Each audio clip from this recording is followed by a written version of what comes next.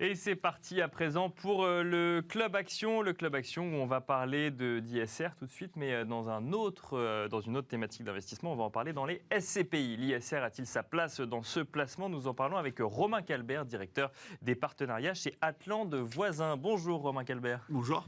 Bienvenue sur ce plateau. Alors c'est vrai que l'ISR, on en parle souvent quand il s'agit de financer les entreprises. On se pose la question de savoir si on va financer les mauvais élèves et au contraire si on ne va pas financer plutôt les bons élèves ou trouver de nouvelles alternatives, on en parlait juste avant. Quand on parle de SCPI, on parle d'immobilier, on parle de pierre-papier, c'est moins évident. Pour autant, le secteur s'y met quand même lui aussi. Il y a un label ISR Immobilier d'ailleurs qui est sorti il n'y a pas longtemps. Mais alors concrètement, d'abord, avant de rentrer un petit peu dans le détail, chez Atlante Voisin, comment vous envisagez ou comment vous faites déjà de l'ISR via la SCPI? Alors, déjà, ce qui est intéressant de rappeler, c'est que c'est un label qui est relativement récent sur les SCPI.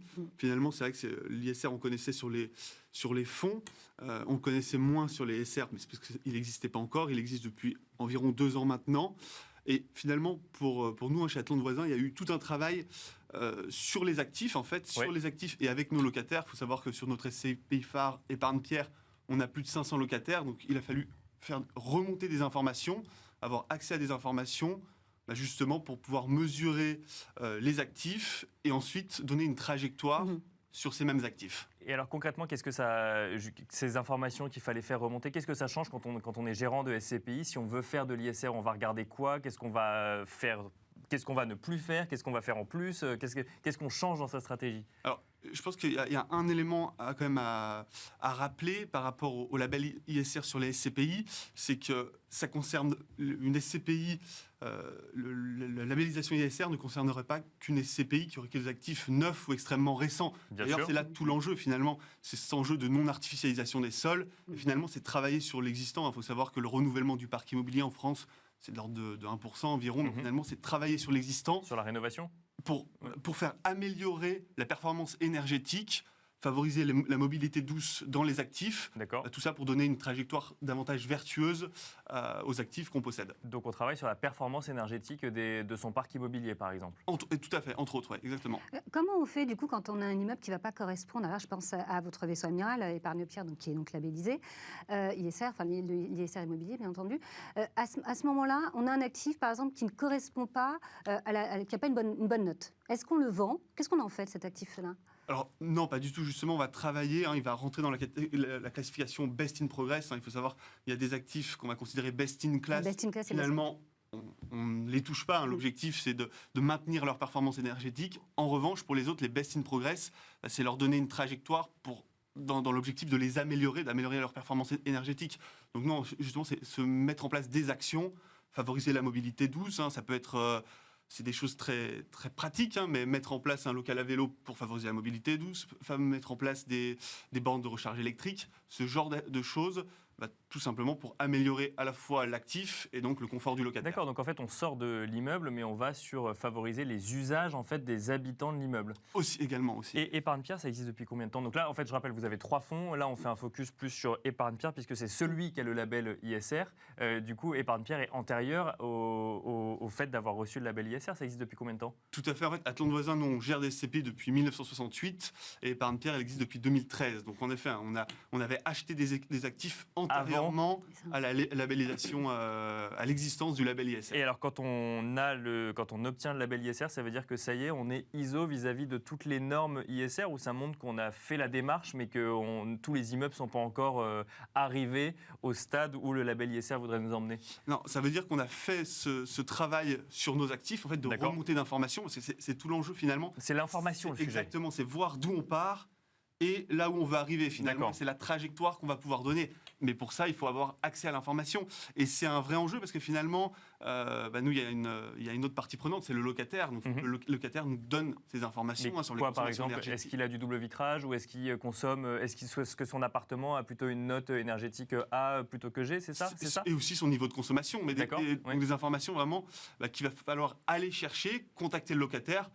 Les locataires ne sont pas forcément enclins initialement à donner ces informations. Donc c'est aussi, ce qui est intéressant, c'est que finalement, ça va favoriser le contact avec nos locataires qui sont également nos clients dans le cas d'une SCPI. Mais l'État n'aurait pas mis en place une base de données justement pour récupérer ces consommations énergétiques des locataires et des propriétaires? Alors, Aujourd'hui, nous, dans le cadre de la labellisation ISR, ça a été un travail de 18 mois et ça a vraiment été un contact direct avec les locataires. D'accord. Autre chose, c'est avec les SCPI labellisées, aujourd'hui, on sait qu'elles sont toutes, a priori, best in progress. Est-ce qu'elles pourraient devenir toutes best in class ? Est-ce qu'elles pourraient devenir toutes best in class ? Dans ce cas-là, il faudrait acheter que des actifs qui ont déjà finalement une certification ISR. Alors, c'est un peu la difficulté. Il y en a aujourd'hui ? Et c'est ce que vous évoquiez. Alors, pas à ma connaissance. D'accord. Pourquoi ? C'est que finalement, le label ISR est relativement récent. Et donc, finalement, ce serait des actifs qu'on a achetés extrêmement récemment et des actifs neufs ou récents. Et encore une fois, ça revient à l'objectif de la labellisation, c'est de travailler sur le parc existant qui représente encore une fois environ 99% du parc immobilier. Donc moi je reviens sur cette idée de si on travaille sur les usages du locataire, quand on est opérateur de SCI, alors effectivement on peut mettre un local à vélo, on peut mettre des bornes électriques, mais si même vous nous parliez derrière de récupérer cette information sur la consommation énergétique, donc en fait c'est la SCPI ne peut faire qu'une partie, finalement ça va dépendre du locataire. Bien sûr, mais c'est aussi, bien entendu, nous on doit favoriser l'usage de l'actif, finalement mettre le locataire dans les meilleures conditions, mais c'est aussi un travail finalement d'explication, d'évangélisation auprès de nos locataires. Pourquoi aujourd'hui vous vous lancez dans l'ISR en SCPI ? Parce qu'on sent quand même au niveau des fonds qu'il y a une pression qui est certaine, réglementaire, mais aussi des épargnants.